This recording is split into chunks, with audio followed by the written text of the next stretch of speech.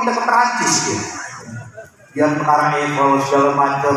Habis dari Perancis pindah ke Turki main salju dia.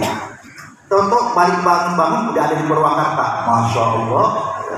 Saya mau tanya nih, dari Purwakarta ke Mekah kira-kira kalau naik kontak berapa tahun? Kan sulit.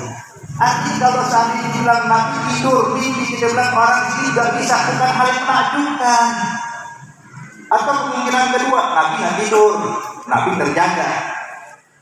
Tapi ruhnya doang jaga tidak, iya. Berarti orang bengong hari, kayak orang termenung duduk, nggak tidur. Saya mau tanya, orang kalau lagi bengong diajak ngobrol nyambung nggak? Pak, gimana nih? Apa kabarnya baik? Bengong, diam aja. Kenapa? Khayalannya lagi di mana-mana. Maka kita bilang kalau dimanul tanpa jasad, ya kemungkinannya kayak begini. Bukan hal yang menakjubkan, tapi Allah Subhanahu wa Ta'ala menjelaskan kepada kita, makanya dengan kalimat tasbih mengisyaratkan pada kita bahwa ini perjalanan yang menakjubkan. Dan juga Bapak Ibu sekalian, kalau tidak menakjubkan, kalau cuma ruh tanpa jasad, gak bakal heboh tuh orang-orang Mekah.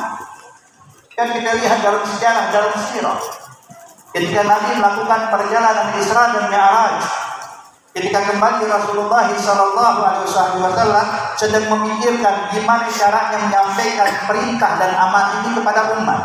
Sebab Nabi waktu mendapatkan perjalanan Isra Mi'raj, Nabi mendapat perintah dari Allah, di antaranya sholat 5 waktu. Ini kan harus disampaikan. Ini kan amanah hal itu. Maka Nabi lagi mikir strategi gimana menyampaikan amanah ini kepada umat. Sebab kalau didatangin satu-satu kelamaan. Tapi Nabi lagi mikir gimana ngumpulin orang biar disampaikan sekaligus. Subhanallah Bapak Ibu sekalian, waktu Nabi lagi mikir, tahu-tahu datang Abu Jahal. Ketika Abu Jahal datang, yang Nabi lagi bengong, lagi mikir, lagi memikirkan sesuatu, ditanya, ya Muhammad, mal khabar? Kata orang zaman sekarang, Pak, ini Abu Jahal lagi tipu nih, pengen tahu betul Muhammad ada kabar apa lagi nih? Tumben kok diam aja. Maka Nabi melihat ini Abu Jahal gak ada bedanya dengan yang lain. Ini objek dakwah. Ini orang yang berhak dapat dakwahnya Nabi Muhammad.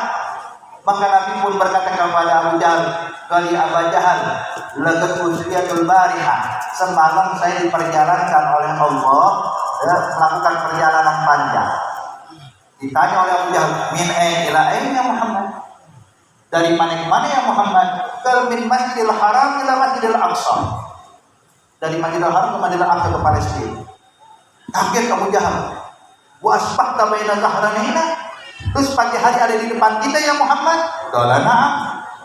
Ini Abu Jahal Pak enggak percaya dengan ucapan Rasulullah. Tertutup hatinya.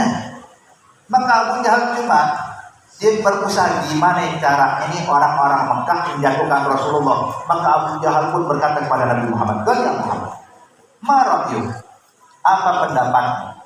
Kalau saya kumpulkan orang-orang Mekah, nanti ini cerita deh apa yang kau ceritakan barusan pada saya." Kata Nabi Muhammad, itu yang saya lagi tunggu nih. Saya dari tadi mikir gimana ngumpulin orang. Subhanallah, Allah kirim Abu Jahal. Lepas apa? Maka Abu Jahal yang teriak, hadirin ngumpulin orang, ayo nas ya ahlal Makkah, ya ahlal Makkah, ayo kumpul sini semuanya. Sebentaran pada ngumpul. Memang nih kayaknya udah sunatullah mungkin ya. Kalau ngumpulin orang buat baik, susahnya bukan main. Undangan buat maulid, undangan buat Isra Mi'raj, undangan buat majelis, disebar ke majelis-majelis, disebar ke masjid-masjid, yang datang bisa dihitung hadirin. Padahal pengumuman di sebulan yang lalu. Tapi coba kalau ada orkes pinggir jalan, orkes dangdut pinggir jalan, hadirin nggak pakai undang, orang pada datang. Begini udah datang nih orang-orang kumpul depan Nabi Muhammad. Kemudian Abu Jahal nengok pada Rasulullah, ya Muhammad, ilahum kama hakaitani anka. Tolong ceritakan pada mereka apa yang barusan kau sampaikan pada saya. Maka Nabi pun berdiri di hadapan orang Mekah. Nabi berkata, laqad udrikul barihah, semalam saya diperjalankan oleh Tuhanku Allah. Ditanya, min ain ila ain ya Muhammad? Dari mana ke mana ya Muhammad? Qal minal Masjidil Haram ilal Masjidil Aqsa. Dari Masjidil Haram ke Masjidil Aqsa, dari Mekah ke Palestina. Maka saat itu Abu Jahal berkata, wasfaqta baina zahranina, sengaja diprovokasi hadirin orang-orang. Terus maju dari depan kita ya Muhammad. Qala na'am. Maka saat itu orang-orang Mekah yang mendengar kisah Isra, belum Mi'raj Pak, baru kisah Isra doang nih. Itu semuanya itu orang-orang Mekah kali itu yang mendengar terbagi menjadi 3 kelompok. Kelompok pertama tertawa, terbahak-bahak mengejek Nabi Muhammad, di antaranya Abu Jahal. Sengaja dia pengen ketawa dari tadi, cuma ditahan depan orang nggak bisa ketawain Rasulullah. Kalau kata dia Muhammad udah gila, Muhammad udah nggak waras, Muhammad udah nggak sadar. Kenapa ya Muhammad? Perlu ente tahu ya, dari sini ke Baitul Maqdis kalau naik otak 1 bulan baru nyampe. Pulang pergi itu 2 bulan. Ini nggak nyampe semalam diulang balik ya Muhammad. Kemana akalmu ya Muhammad? Tertutup hatinya hal itu. Yang kedua, kelompok yang berikutnya cuma bisa megang kepala. Mau percaya nggak masuk akal, nggak percaya yang ngucapin Nabi Muhammad orang yang nggak pernah bohong. Maka bingung kelompok kedua ini. Kalau kelompok ketiga lain lagi, sok kritis, pakai nanya. Ini orang-orang zaman sekarang suka kritis hadirin. Nanya sama Rasulullah, ya Muhammad, kalau memang betul engkau pernah melakukan perjalanan Isra Mi'raj, saya juga pernah ke Baitul Maqdis. Saya pernah juga masuk Masjidil Aqsa. Maka tolong buktikan ya Muhammad, bagaimana tuh bentuknya Masjidil Aqsa? Berapa jumlah tiangnya? Berapa jumlah jendelanya? Berapa jumlah pintunya? Berapa jarak antara Masjidil Aqsa dengan gunung sekitarnya? Ini kan pertanyaan Pak, jujur ya, ini pertanyaan yang namanya pertanyaan menjebak. Ini sekarang saya mau tanya kepada yang hadir. Sering hadir di majelis ini kan? Sering ya. Saya mau tanya, berapa jumlah yang ada di majelis Al-Hakim? Kalau bisa jawab, apa tadi itu? 1, 2, 3, 4. Padahal kita berulang kali kemarin ya. Tapi kalau tanya berapa jumlah yang kita bingung. Hadirin hadirat, Nabi Muhammad ke Masjidil Aqsa bukan buat jalan-jalan. Seperti kayak spiritus ngitungin tiangnya ada sekian, jendela ada enggak. Nabi pengen ibadah. Nabi diperintahkan masuk Masjidil Aqsa untuk apa? Untuk jadi imam sholat makmumnya para nabi dan para rasul. Jadi Nabi nggak sempat melihat tiang berapa, jumlah pintu berapa hadirin. Tapi saat itu Allah nggak membiarkan ketika Nabi orang yang dicintai dia diperlakukan seperti itu. Allah perintahkan malaikat Jibril, ya Jibril, bawakan Masjidil Aqsa di hadapan Nabi Muhammad. Biar dia hitung berapa jumlah tiangnya, biar dia hitung berapa jumlah dari pintu dan jendelanya. Maka malaikat Jibril hadirin membawa itu Masjidil Aqsa dengan telapak tangannya dibolak-balikan seperti ini. Lihat ya Muhammad, ini jumlah pintunya sekian, 1, 2, 3, 4. Kemudian lihat nih tiangnya ada berapa? Lebih dari 3 dimensi hadirin. Itu Rasulullah menyebutkan sekian. Terkejut mereka semuanya bilang betul ucapan Muhammad. Cuman sayang kalau hati udah ketutup, tetap nggak beriman kepada Rasulullah. Hadirin hadirat yang dimuliakan Allah, Abu Jahal nggak sampai di situ. Ketika berhasil menjatuhkan Rasulullah di hadapan orang Mekah, bikin kehebohan, maka Abu Jahal tetap bilang saya harus memprovokasi Abu Bakar. Sebab Abu Bakar ini orang yang percaya sama Rasulullah. Saya pengen bikin tuh Abu Bakar jauh dari Nabi Muhammad. Datang hadirin, ketemu dengan Sayyidina Abu Bakar Siddiq radhiyallahu anhu. Dikatakan ya Abu Bakar, itu dia dengar belum ucapan Muhammad? Itu Muhammad tidak waras. Muhammad sudah gila. Kata Abu Bakar Siddiq, memang apa yang diucapkan kekasihku Rasulullah? Dia bilang dia ngaku semalam diperjalankan ke Masjidil Aqsa, terus pagi-pagi udah ada di depan kita. Maka apa jawab Sayyidina Abu Bakar Siddiq? Dia katakan dari Abu Jahal, ilqal faqad sadaq. Kalau memang Nabi ngomong kayak gitu, benar ucapannya. Saya percaya, nggak perlu pakai akal. Kalau Nabi sudah bicara, pasti betul adanya. Kenapa? Sebab saya lebih percaya yang lebih dari itu. Apa itu? Saya percaya dengan kabar sama. Itu malaikat Jibril tiap hari turunin wahyu dari langit ke bumi. Hal ini saya percaya mundar mandir tuh malaikat Jibril. Ini cuma nyampe Masjidil Aqsa sama dalam dunia. Kenapa saya mesti bingung? Pokoknya kalau yang ngomong Nabi Muhammad pasti betul adanya. Hadirin hadirat yang dimuliakan Allah, makanya Bapak Ibu sekalian, ini banyak orang-orang kadang-kadang suka meragukan ucapan Rasulullah. Ini harus tanamkan dalam hati kita, kuatkan keyakinan dan iman kita. Apapun yang keluar dari mulut Nabi Muhammad benar adanya.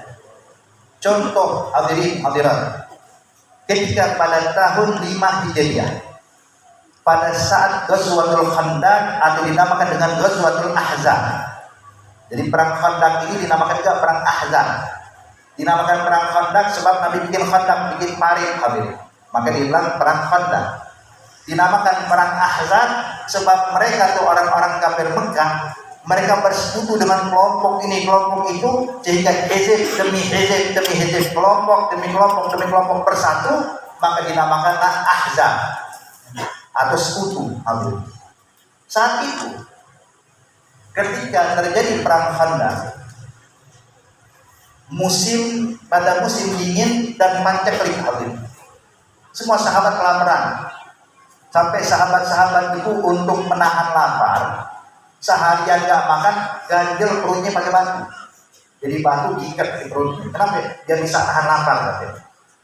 Ternyata Rasulullah Pak mengganjel perutnya dengan 2 buah batu. Kenapa? Sebab udah 3 hari Nabi gak makan. Sayyidina Jabir bin Abdullah yang menyaksikan kejadian ini gak tega. Rasul udah 3 hari gak makan. Maka buru-buru Jabir bin Abdullah pulang ke rumah, nanya sama istrinya, kalau afikumul gada, ada gak makanan buat Nabi Muhammad? Nabi belum makan udah 3 hari, kesian Rasulullah. Maka istri mengatakan, ya Jabir, ini tahu kita pun juga lagi kesulitan. Paling kalau mau dipaksakan, kita cuma ada beberapa genggam gandum dan 1 ekor anak kambing yang masih kecil. Kalau memang harus dimasak, ya paling normalnya cukup buat 5 porsi. Dia bilang, gak paham pada 5 porsi, bikin saya pengen undang Nabi Muhammad makan. Istrinya bilang, tapi ingat ya Jabir, 5 porsi itu termasuk kita berdua loh. Artinya saya, ente, Nabi Muhammad 3 orang, tinggal cari 2 orang berikutnya. Dia bilang, gak apa-apa udah, yang penting Rasulullah makan. Ketika mulai kambing disembelih, dimasak kamu. Berangkat Jabir bin Abdullah, pengen ngundang Nabi Muhammad. Karena Nabi di hadapan para sahabat yang lagi pada kerja, Nabi lagi mantau nih sahabat lagi gali parit. Jabir bin Abdullah kalau ngundang terang-terangan gak enak sama sahabat. Kenapa? Lagi pada kelaparan. Maka Nabi dia pun mendekat, duduk di samping Rasulullah, membisikkan ke telinga Rasulullah.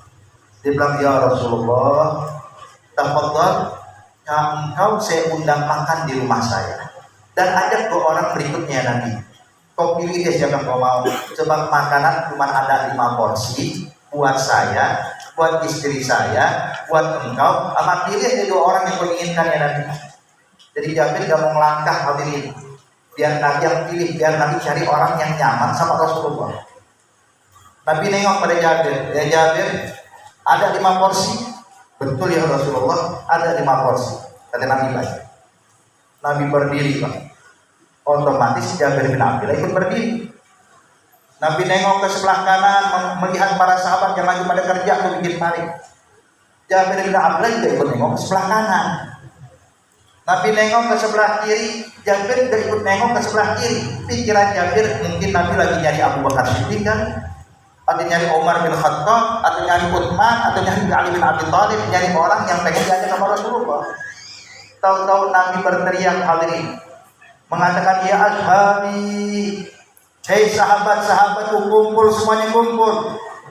Maka berkumpul ke semua sahabat yang lagi kerja, copot, melepaskan dari panculnya, datang pada Nabi Muhammad. Semuanya riuh, para sahabat banyak. Kemudian Nabi berkata, kalian semua diundang makan di rumah Jabir bin Abdullah. Jabir kaget, ya Rasulullah kan cuma 5 porsi. Kata Nabi, saya tahu. Pulang ke rumah, bilang pada istrimu, makanan jangan dibuka sampai saya datang, kata Rasulullah. Baik ya Rasulullah, lari Pak Jabir, buru-buru pulang ke rumah. Sampai di rumah, istrinya bilang, Jabir makanan udah hampir siap nih, kita lagi mateng. Nabi udah diundang belum? Yang sudah. Istrinya nanya, siapa aja yang diundang? Kata Jabir, semua sahabat diundang. Istri bilang, ente nggak bilang ya Jabir makanan cuma 5 porsi. Sudah, kok bisa semuanya diundang? Yang undang bukan saya, yang undang Nabi Muhammad. Oh, kalau begitu ini urusan Nabi Muhammad, kita serahkan sama Rasulullah. Nabi cuma pesan satu, kata Rasulullah. Apa itu? Makanan jangan dibuka sampai Nabi datang pulang sampai nawabah. Percaya, nggak ragu Pak. Yakin dengan ucapan Rasulullah. Ini para sahabat bergerak dari Paris menuju rumah Jabir bin Abdullah. Sepanjang jalan sahabat bingung, ini Jabir bikin pesta apa? Kok bisa mengundang kita semua? Tahu nggak jumlah sahabat yang hadir kali itu hadirin? Disebutkan dalam sirah, jumlah sahabat kali itu kurang lebih ada 800 orang. Semuanya kelaparan. Subhanallah. Coba bayangin, kalau mau diukur pakai logika, 5 porsi buat 800 orang cukup nggak? Yang hadir berapa orang? Ada 800 orang. Jadi insya Allah hati ngasih makan cuma ada 5 porsi doang buat kalian. Kita bakal bikin nggak mungkin, nggak bakal cukup 5 porsi buat 800 orang. Iya kalau kita kurang pakai uang kita. Tapi kalau kita yakin dengan ucapan Nabi Muhammad pasti terjadi. Nabi datang tuh ke rumah Jabir, masuk ke dapurnya nanya di mana makanannya ini ya Rasulullah. Itu makanan dibuka sama Nabi, dipegang sama Rasulullah, didoakan sama Nabi Muhammad. Kemudian Nabi nengok pada Jabir, ya Jabir, suruh masuk 10 orang gantian. Kenapa 10 orang hadirin? Nabi lihat adabnya Rasulullah. Untuk mengesankan nih yang undang makan Jabir, rumah Jabir gak besar kayak begini Pak. Rumah Jabir bin Abdullah itu ruang tamunya cukup buat 10 orang. Maka kata Nabi biar masuk 10 orang, yang lain nunggu. Itu Jabir bin Abdullah bilang, wallahi demi Allah, saya saksikan dengan mata kepala saya, itu makanan yang diambil dengan tangannya Rasulullah nggak berkurang, balik asal lagi. Dikasih makan 10 orang kenyang, bangun masuk 10 orang berikutnya, silih berganti hingga 800 orang kenyang semuanya. Kenapa? Percaya dengan ucapan Nabi Muhammad. Hadirin, terus terang, perjalanan Mekah ke Palestina bagi Allah itu mudah, ringan bagi Allah. Allah sebutkan di dalam Al-Quran tentang satu orang soleh, bukan Nabi Muhammad, satu orang soleh, dan itu pun dari umat Nabi Sulaiman alaihissalam. Ketika Nabi Sulaiman berkata, siapa yang bisa mendatangkan Ars Balqis dari Ma'rib Yaman sana dibawa ke Palestina? Kata Rasulullah, kata Nabi Sulaiman, siapa yang bisa mendatangkan tuh Ars Balqis? Qabla ya'tuni muslimin. Maka berkata Jibril, wa qala Jibril minal jin, ana atika bihi qabla an takuma min magam. Saya bisa datangkan tuh Ars Balqis sebelum kau bangun dari tempat dudukmu ya Nabi Sulaiman. Maksudnya bukan Nabi Sulaiman duduk terus bangun, bukan begitu Pak. Tapi Nabi Sulaiman ini dia selain Rasul, dia juga seorang raja. Jadi dia harus duduk tuh di singsananya dari pagi sampai zuhur. Artinya saya bisa datangkan tuh beberapa jam kemudian bakal nyampe tuh Ars Balqis. Ini berarti kalau delivery express Pak. Sementara nyampe, maka berkata orang yang diberikan ilmu, yaitu Asif bin Barkhiyah. Ini Asif bin Barkhiyah mengatakan, ana atika bihi qabla ayyam tadaturku. Saya bisa datang ke layar dan daerah kantor. Saya bisa datangkan tuh Ars Balqis sebelum kau berkedip ya Nabi Sulaiman. Begitu Nabi Sulaiman berkedip, Ars Balqis sudah ada depan mata hadirin. Demikian. Ini perpindahan dari Ma'rib ke Palestina. Cuman sekejap, merem dikit melek udah ada hadirin. Ini bukan Nabi Muhammad Pak, ini Asif bin Barkhiyah. Kalau Asif bin Barkhiyah bisa diberikan Allah seperti ini, lalu bagaimana dengan Nabi Muhammad? Lebih dari itu hadirin. Apalagi Pak, ini kan Nabi Muhammad bukan jalan sendiri. Nabi Muhammad diperjalankan oleh Allah. Allah kirimkan kepada Nabi Muhammad sampai Buraq, kendaraan dari sorga yang kecepatannya itu luar biasa hadirin. Ini Buraq didatangkan untuk bawa Nabi Muhammad dari Mekah ke Palestina hadirin. Hadirin, hadirat yang dimuliakan Allah. Kalau jalan kaki mungkin lama Pak, tapi kalau naik kendaraan mah cepat. Contoh hadirin hadirat. Kalau seandainya nih saya selesai acara di sini, saya balik ke Jakarta hadirin, ke rumah saya di Tangerang sana. Subhanallah, waktu duduk di Majelis Al-Hakim, gak terasa ada seekor semut dari sini naik ke baju saya. Habis naik ke baju saya jalan, naik mobil sampai rumah saya kurang lebih hampir 2 jam habis. Begitu turun, saya nyampe rumah saya copot pakaian saya, ini semut turun, Pak. Masuk ke rumah saya, ketemu sama semut yang ada di rumah saya. Kira-kira semut yang di rumah saya pasti bingung, ini semut dari mana nih? Ditanya, dari mana Bang? Dari Purwakarta, dari Majelis Al-Hakim. Bang, Masya Allah, jauh banget. Kapan nyampe nya? Dia bilang tadi jam 10, jam 11 saya jalan, nyampe sini jam 1. Kira-kira semut di rumah saya pada percaya nggak? Wah, gila nih semut. Nggak waras nih semut. Perjalanan jauh cuma 2 jam, mustahil. Iya, kalau jalan kaki kan dia naik ke baju saya. Nah, saat itu Rasulullah nggak jalan kaki, Pak. Walaupun kita yakin 100% yakin, hadirin, kalau Allah menginginkan Nabi Muhammad SAW nyampe, hadirin. Tapi terus terang Allah kirimkan murah. Untuk apa? Untuk menyadarkan kepada kita. Bukan gara-gara Allah nggak sanggup bikin Nabi Muhammad jalan sendiri, enggak. Tapi Allah ingin memuliakan Nabi Muhammad. Contoh nih, hadirin hadirat. Kalau seandainya kita bakal jadi tamu kehormatan presiden, contoh nih. Presiden bilang, Habib, besok antum saya undang ke istana. Habib gak usah jalan, kita siapkan kendaraan dari kita. Kira-kira yang disiapin kendaraan abal-abal, kendaraan yang cakep, Habib. Yang cakep ya, yang wah luar biasa, VIP nih. Bakal datang ke depan pintu rumah saya tuh kendaraannya, Habib, untuk bawa ke sana dan kembalikan saya lagi. Artinya, hadirin hadirat, Nabi Muhammad dikirimkan murah bukan karena Nabi gak sanggup jalan secepat itu. Tapi Allah ingin menunjukkan bahwa ini adalah kekasihku yang paling aku muliakan oleh Allah. Maka dikirimkan kendaraan, naik buruk tuh Rasulullah sampai ke Masjidil Aqsa dan terus begitu, hadirin hadirat yang dimuliakan Allah. Kemudian juga yang menarik di sini, ketika Rasulullah SAW melakukan perjalanan Isra Mi'raj yang ujungnya tujuannya adalah untuk berjumpa dengan Allah. Pertanyaannya Bapak Ibu sekalian, kenapa harus muter-muter dulu? Kan bisa langsung ketemu sama Allah. Kenapa harus pergi ke Masjidil Aqsa? Apalagi kalau kita perhatikan sejarah, perhatikan hadis Rasulullah tentang Isra, itu Nabi Muhammad gak langsung ke Baitul Maqdis, tapi berhenti di beberapa tempat. Kata Rasulullah, ketika saya menunggangi Buraq, tiba-tiba saya berhenti di tempat yang dipenuhi dengan pohon kurma. Maka saat itu malaikat Jibril pun berkata, ya Rasulullah, anzil hahuna fasalli rak'atain. Nabi Muhammad sholat dulu 2 rakaat, habisnya baru jalan lagi. Nabi turun sholat 2 rakaat, habis sholat 2 rakaat, Nabi nanya, ya Jibril, tempat apa ini? Dia bilang, ini adalah Thaibah. Ini adalah kota Madinah yang mana kau bakal pindah di kemari ya Rasulullah. Kemudian naik lagi Buraq. Ada satu pohon yang rindang. Kala itu kata malaikat Jibril, ya Rasulullah, anzil hahuna fasalli rak'atain, turun di tempat ini, sholat di bawah pohon ya Rasulullah, 2 rakaat. Maka Nabi sholat Pak di bawah pohon. Selepas salam Nabi nanya, ya Jibril, tempat apa ini? Kata malaikat Jibril, ya Rasulullah, ini adalah tempat istirahatnya Nabi Musa saat dikejar oleh Fir'aun sebelum dia akan jadi Rasul. Ya.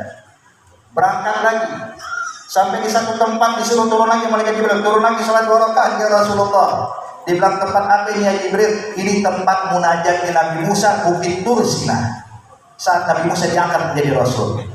Berangkat lagi Nabi Muhammad sampai akhirnya di satu tempat, disuruh turun sholat 2 rakaat, sholat lagi 2 rakaat. Ditanya lagi sama Rasulullah, tempat apa ini ya Jibril? Dibilang, ini ya Rasulullah, Baitul Laham haitsu yuladu Isa. Ini adalah Baitul Laham, tempat lahirnya Nabi Isa. Kalau orang sekarang bilangnya ngomongnya Bethlehem, hadirin. Dari bahasa Arab Baitul Laham, ini tempat lahirnya Nabi Isa. Akhir perjalanan itu, hadirin, berulang kali satu tempat ke tempat berikutnya, kemudian sampai Masjidil Aqsa. Allah perintahkan para nabi dan para rasul turun ke muka bumi untuk sholat di belakang Nabi Muhammad.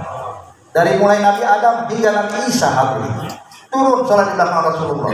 Kemudian naik ke langit pertama, disambut oleh penghuni langit pertama. Naik langit kedua, disambut oleh malaikat yang ada di langit kedua. Terus begitu, hadirin, ujungnya terakhir baru berjumpa dengan Allah. Kenapa nggak langsung ya? Kenapa harus muter-muter dulu hadirin? Di sini menunjukkan kesan bagi kita. Allah pengen memperkenalkan kekasihnya di hadapan seluruh makhluk. Allah pengen tunjuk, ini loh kekasihku. Ini loh Nabi yang ditunggu-tunggu hadirin. Sebab malaikat penjaga langit, sebagaimana disebutkan dalam Sahihul Bukhari, itu penjaga langit, malaikat penjaga langit pertama, waktu Nabi sama malaikat Jibril ngetok pintu hadirin. Saat itu malaikat penjaga langit pun berkata, "Galman." Qala Jibril, saya Jibril.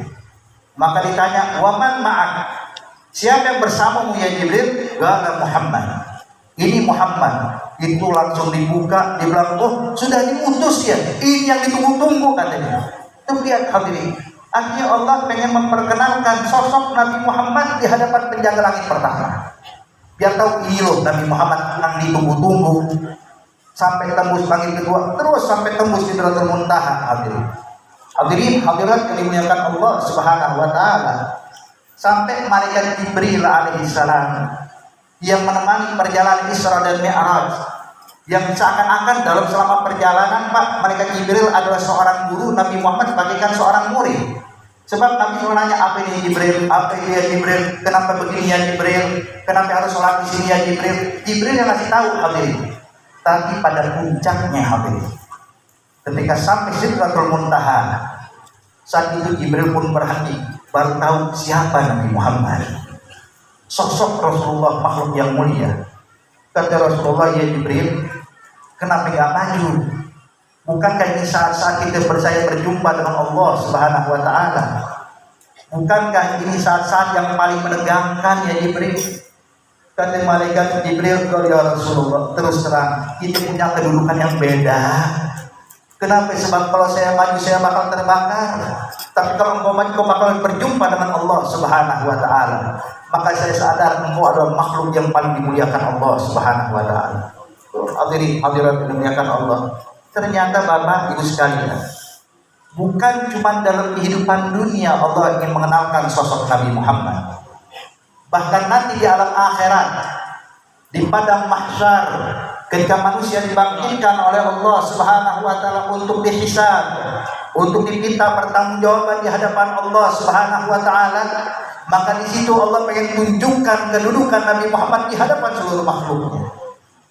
Sebagaimana Allah Subhanahu wa taala nyatakan di dalam Al-Qur'an tentang keadaan hari tersebut, yauma yaqumur ruh wal malaikatu saffan la yatakallamuna illa man adina lahu rahman wa qala sawaba.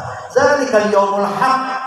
Allah nyatakan itu hari, kata Allah, yang mana saat manusia dibangkitkan semuanya, la yatakallamun, enggak ada yang berani ngomong. Semuanya takut.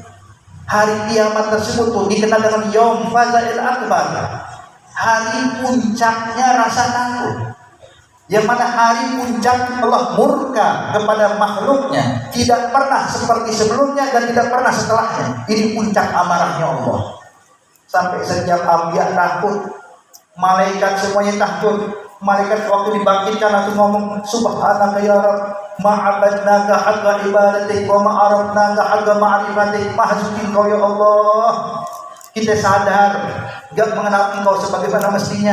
Kita sadar ya Allah gak beribadah sebagaimana mestinya. Padahal kurangnya apa para malaikat Allah. Tapi tahu saat itu saat yang menegangkan. Para anbiya sebagaimana disebutkan dalam Sahihul Bukhari, manusia yang di padang mahsyar yang menanti untuk dihisab, mereka bingung. Terasa seakan-akan matahari sejengkal di atas kepala mereka. Panas, berdesakan, berhimpitan, saling tindih manusia satu dengan yang lain. Saat itu hadirin, semua umat, semua manusia berbondong-bondong mendatangi Nabi Adam alaihissalam. Untuk apa? Minta syafaat. Ada isfa'lana, anta abul bashar, anta abuna, hai Adam, kau kan bapaknya kita, kau kan bapak seluruh manusia, tolong dong kasih syafaat buat anak keturunanmu. Apa jawab Nabi Adam? Nafsi, nafsi, pikirkan diri sendiri, aneh pun belum tentu selamat dari muka Allah. Coba kalian datang ke Ibrahim, datang ke Nabi Ibrahim, jawabannya sama. Datang pada Nabi Musa, jawabannya sama. Datang pada Nabi Isa, jawabannya sama. Terakhir pas datang pada Nabi Muhammad, Nabi katakan, Analaha, analaha. Saya yang bakal memberikan kalian syafaat, kata Nabi Muhammad. Di sini hadirin hadirat yang dimuliakan Allah, kalau seandainya itu seluruh manusia tanpa terkecuali langsung datang kepada Nabi Muhammad, gak perlu datang kepada Nabi Adam, jawaban Nabi Muhammad gak bakal berubah, Pak. Analaha, analaha. Saya yang bakal ngasih kalian syafaat. Cuman yang menarik, kenapa harus datang Nabi Adam dulu? Apakah kita gak kenal sosok Nabi Muhammad? Apakah kita gak tahu keagungan Nabi Muhammad? Berapa kali kita hadir acara maulid, acara Isra Mi'raj yang kita muliakan, nunjuk ini loh kemuliaan Nabi Muhammad, Nabi yang paling afdal, yang paling mulia. Tapi seakan-akan kali itu orang dibikin lupa sama Allah dari Nabi Muhammad, yang dibikin Nabi Adam. Dan para anbiya juga seakan-akan lupa. Padahal tahu yang ngasih syafaat itu Nabi Muhammad. Tapi karena saking panik, saking takut, lupa dengan segalanya. Akhirnya dari Nabi Adam, coba datang Nabi Ibrahim deh. Nabi Ibrahim coba datang kepada Nabi Musa, bukan nggak tahu siapa Rasulullah, tapi karena takut lupa dengan segalanya. Hadirin, hikmahnya adalah kalau seandainya seluruh makhluk langsung mendatangi Nabi Muhammad tanpa harus ke Nabi Adam, tanpa harus kepada Nabi Ibrahim, tanpa harus kepada Nabi Musa dan Nabi Isa, mungkin setiap umat bakal punya pendapat masing-masing. Umat Nabi Musa bakal bilang, kalau Nabi Muhammad aja bisa, apalagi Nabi Musa kalimullah. Kalau seandainya umat Nabi Isa juga bakal ngomong, kalau seandainya Nabi Muhammad bisa, apalagi Rasulullah Nabi Allah Isa. Tapi dibikin kalau ayo, udah mentok, udah nggak ada jalan keluar, saya siapkan solusinya. Ini loh Nabi Muhammad. Maka saat itu hadirin, Allah gambarkan kejadian tersebut. Allah nyatakan la yatakallamun, nggak ada yang berani ngomong. Illa man adzina lahur rahman, kecuali orang yang diizinkan oleh Allah, dialah Nabi kita Nabi Muhammad. Allah pengen tunjukkan kemuliaan Rasulullah. Maka saat itu Nabi sujud di bawah arsy-Nya Allah, memohon kepada Allah sampai terdengar suara dari Allah, ya Muhammad, irfa ra'sak wasal tu'ta wasbatu syarfa. Ya Muhammad, angkat kepalamu, minta yang kau inginkan aku kabulkan, beri syafaat pada siapapun yang kau inginkan aku terima, kata Allah. Maka saat itu Bapak dan Ibu sekalian dikenal dengan Maqamul Mahmud. Inilah yang dinamakan Syafa'atul Uzma, yang mana Maqamul Mahmud yang kita selalu berdoa setelah azan ya. Wa ba'athu maqamal mahmud allazi wa'atta. Itu Nabi bilang, Bapak Ibu sekalian, barang siapa yang mendengar azan dikumandangkan, kemudian dia sibuk menjawab azan. Setelah dia menjawab azan, dia membaca doa Allahumma rabba hadhihi da'wati tammah sampai akhir doa, kata Rasulullah, wajabat syafa'ati yaumil qiyamah. Ini orang wajib dapat syafaat di hari kiamat. Makanya kalau dengar suara azan jangan sibuk sama handphone. Dengan suara azan asik dengan TV, jangan ngobrol, Pak. Baca Quran aja, baca Quran. Dengan suara azan sunnahnya berhenti, baca Quran, jawab azan. Lagi baca Quran, baca kalamullah, disuruh berhenti, sibukkan dengan jawab azan. Apalagi kalau lihat TV, apalagi kalau pegang handphone. Maka oleh karena itu hadirin hadirat yang dimuliakan Allah, intinya dalam kejadian Isra Mi'raj, Allah ingin tunjukkan kepada kita bahwa ini perkara yang luar biasa, yang mana kalau di hadapan Allah semuanya mudah bagi Allah, nggak ada yang sulit bagi Allah. Dan juga hadirin hadirat, acara Isra Mi'raj atau peringatan Isra Mi'raj ini untuk menambahkan keimanan kita pada Allah. Insya Allah Allah tambahkan keimanan kita, Allah kuatkan keyakinan kita, Allah tambahkan kecintaan kita pada Nabi Muhammad, dan Allah golongkan kita pecinta-pecinta sejati Rasulullah, orang-orang yang mendapatkan syafaat Nabi Muhammad. Insya Allah kita semua tanpa terkecuali, keluarga kita, kerabat kita, insya Allah di akhirat mendapat syafaat Nabi Muhammad. Insya Allah kita diizinkan untuk memandang wajah Nabi Muhammad. Insya Allah izinkan tangan kita untuk bersentuhan dengan tangan Nabi Muhammad. Insya Allah kita semua selamat dari api neraka Allah, selamat daripada azab, selamat daripada hisab, selamat daripada iqab, masuk surga bersama Sayyidil Ahbab birahmatika arhamar rahimin. Dan kita doakan para ulama kita, orang-orang tua kita, guru-guru kita, insya Allah dipanjangkan usianya oleh Allah dalam keadaan sehat wal afiat, hingga bisa selalu membimbing kita ke jalan yang diridhai oleh Allah. Allahumma ij'al jam'ana hadza jam'an marhuma wa tafarraqana min ba'dihi tafarruqan ma'suma wa la taj'al fina wa la ma'ana shaqiyyan wa la mahruma. Allahumma hdina bihudak waj'alna mimman yusari'u fi ridhak wa la tuwallina waliyan siwak wa la taj'alna mimman khalafa amraka wa 'asak. Allahumma barik lana fi Rajab Sya'ban wa ballighna Ramadan wa ballighna Ramadan wa ballighna Ramadan wa a'inna ala qiyam wal qiyam wa ihfazna an jamil atham bi rahmatika ya arhamar rahimin ya arhamar rahimin ya arhamar rahimin. Wa sallallahu ala sayyidina Muhammad an-nabiyil ummi wa ala alihi wasahbihi wasallam walhamdulillahi rabbil alamin. Lebih kurang yang kami mohon maaf. Wabillahi taufiq wal hidayah. Wassalamu alaikum warahmatullahi wabarakatuh. Waalaikumsalam warahmatullahi wabarakatuh.